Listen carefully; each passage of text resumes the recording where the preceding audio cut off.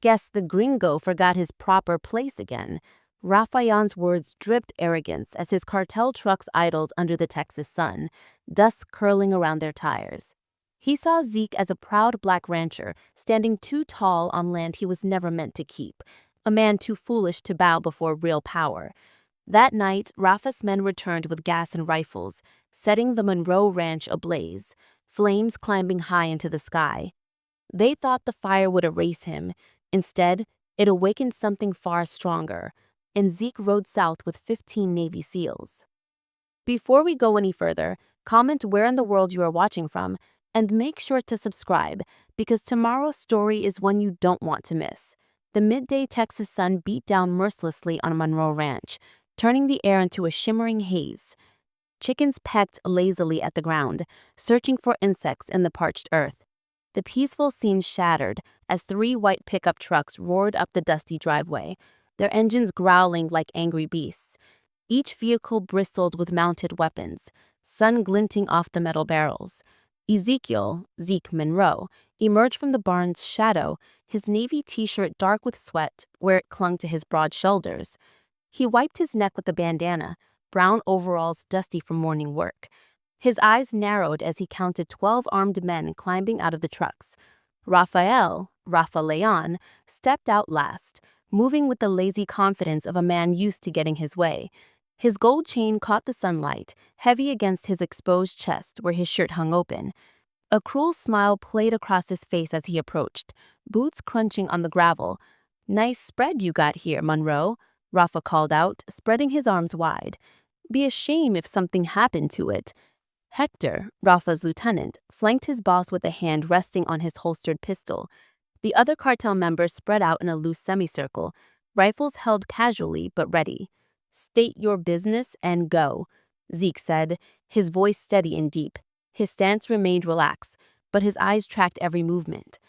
Rafa pulled a folded document from his back pocket, waving it like a flag. "Just a simple piece of paper needs signing. Water rights transfer. Fair price, too." His smile widened. "Consider it a generous offer." "This land's not for sale," Zeke replied.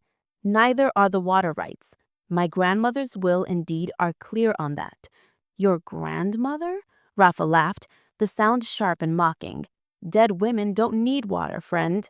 Zeke's jaw tightened. "My answer's no." Rafa's smile vanished.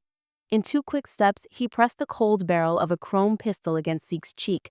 The metal burned hot from the sun. "Maybe you didn't hear me right." Zeke didn't flinch. His dark eyes locked onto Rafa's, unflinching, unafraid. The tension crackled between them like static before a storm. A police SUV pulled up, lights off, siren silent. Sheriff Dalton Briggs stepped out, adjusting his hat against the glare. His boots kicked up dust as he approached, badge gleaming. "Now, what's all this about?" Briggs drawled, playing at confusion. His hand rested casually on his service weapon. "Sheriff," Zeke acknowledged without looking away from Rafa, "these men are trespassing." Briggs clicked his tongue. "Looks to me like a simple business discussion." He moved closer, positioned slightly toward Rafa's group. "Mr. Leon here has some legitimate interests in local water rights. Might be smart to hear him out." "Legitimate?" Zeke's voice carried a dangerous edge. "Since when does legitimate business come with armed men and threats?"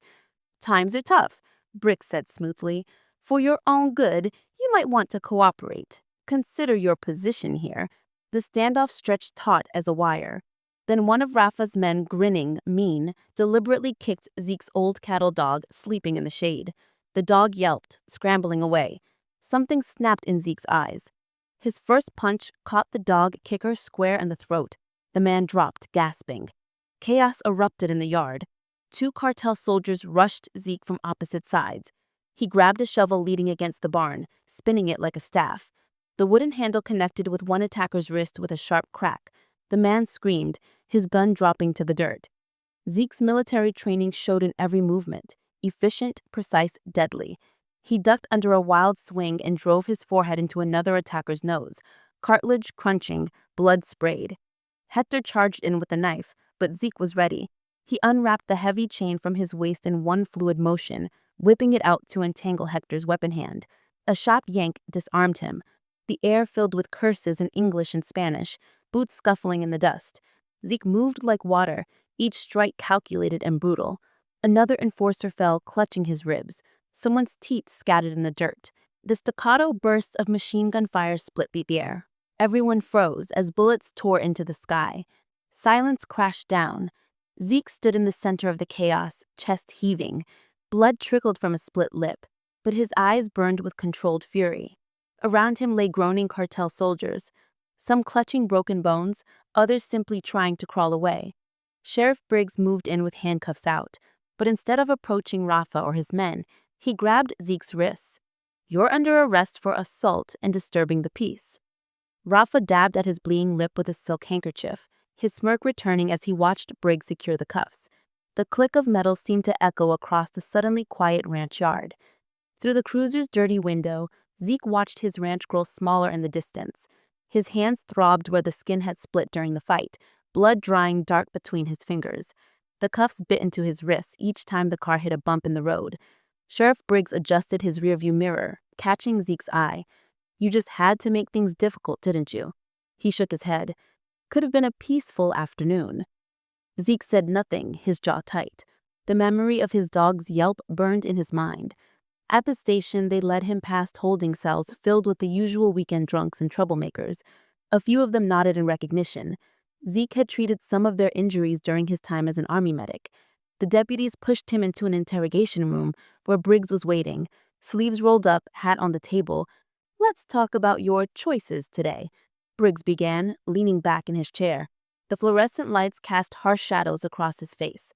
"Violence isn't the answer, son. Not in my county.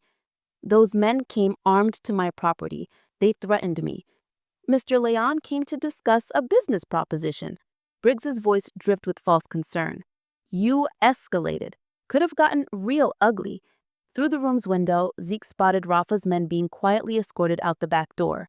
No cuffs, no charges, just handshakes and nods from deputies. His hands clenched involuntarily, making fresh blood well up from his split knuckles. "You'll spend the night cooling off," Briggs announced, standing. "Maybe tomorrow you'll be more reasonable." The holding cell was cold and smelled of bleach. Zeke sat on the metal bench, back straight, eyes closed. He focused on his breathing like he learned in the service, slow, controlled, pushing down the anger that wanted to explode out of him. Morning brought Isabel Cruz, her heels clicking purposefully down the corridor. She wore a crisp black blazer despite the early hour, her tablet tucked under one arm. Zeke had known her since she started her legal aid clinic 3 years ago, helping local farmers fight predatory land deals. "You look terrible," she said as the door opened.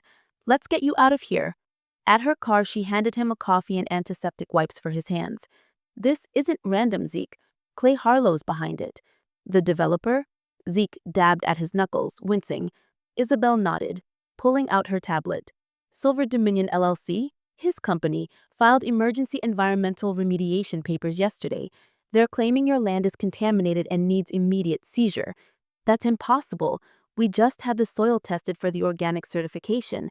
"Facts don't matter to them." She showed him documents, pointing out highlighted sections.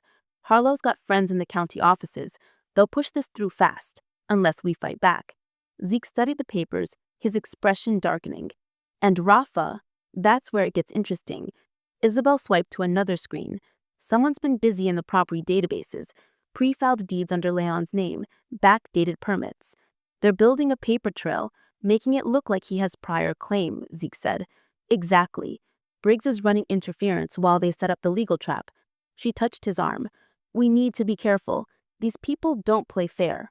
After signing release papers, Zeke borrowed Isabel's phone to call his neighbor about feeding the animals.